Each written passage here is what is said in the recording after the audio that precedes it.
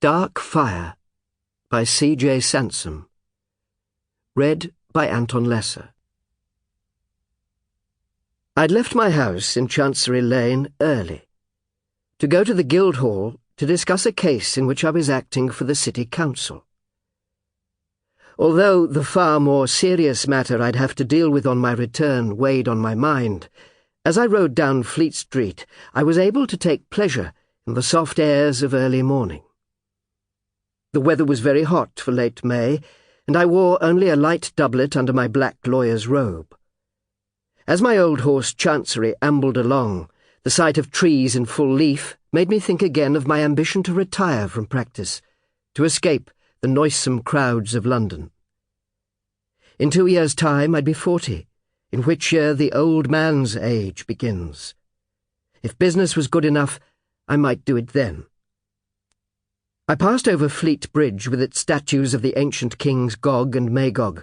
The city wall loomed ahead, and I braced myself for the stink and din of London. At the Guildhall I met Mayor Hollis. The Commons Council had brought an action against one of the rapacious land speculators buying up the dissolved monasteries.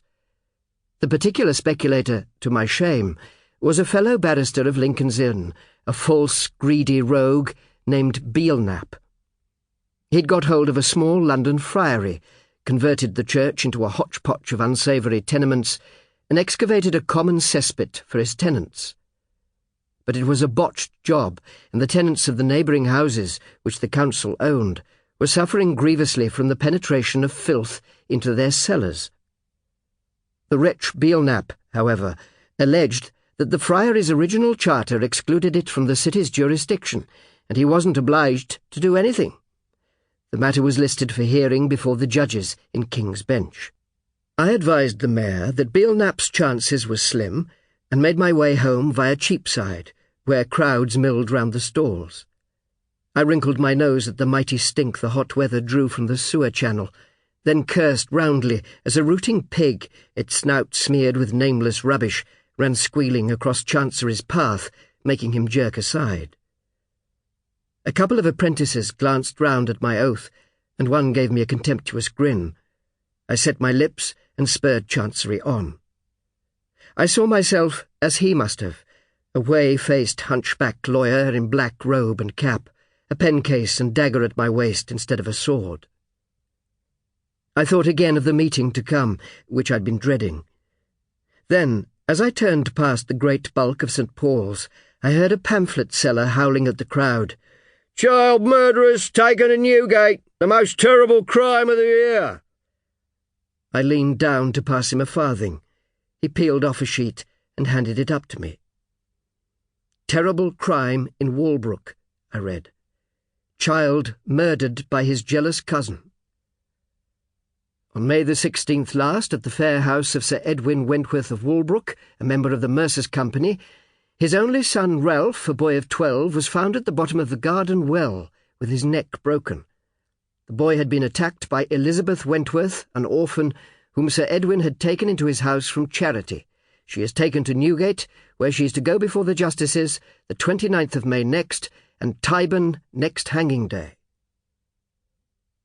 The thing, badly printed on cheap paper, left inky smears on my fingers as I thrust it into my pocket. So the case was public knowledge, another halfpenny sensation.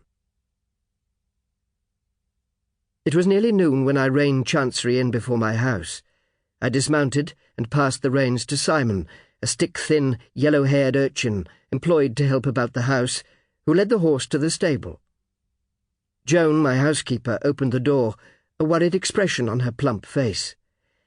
"He's here, that girl's uncle." "What case is he in?" "Sombre, sir. He's in the parlour. I gave him a glass of small beer." "Thank you."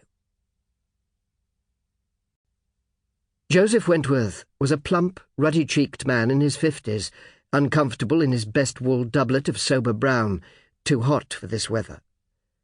An old client of mine, he looked like what he was, a working farmer, owner of some poor lands in Essex. His 2 younger brothers had sought their fortunes in London, but Joseph had remained on the farm. Sample complete.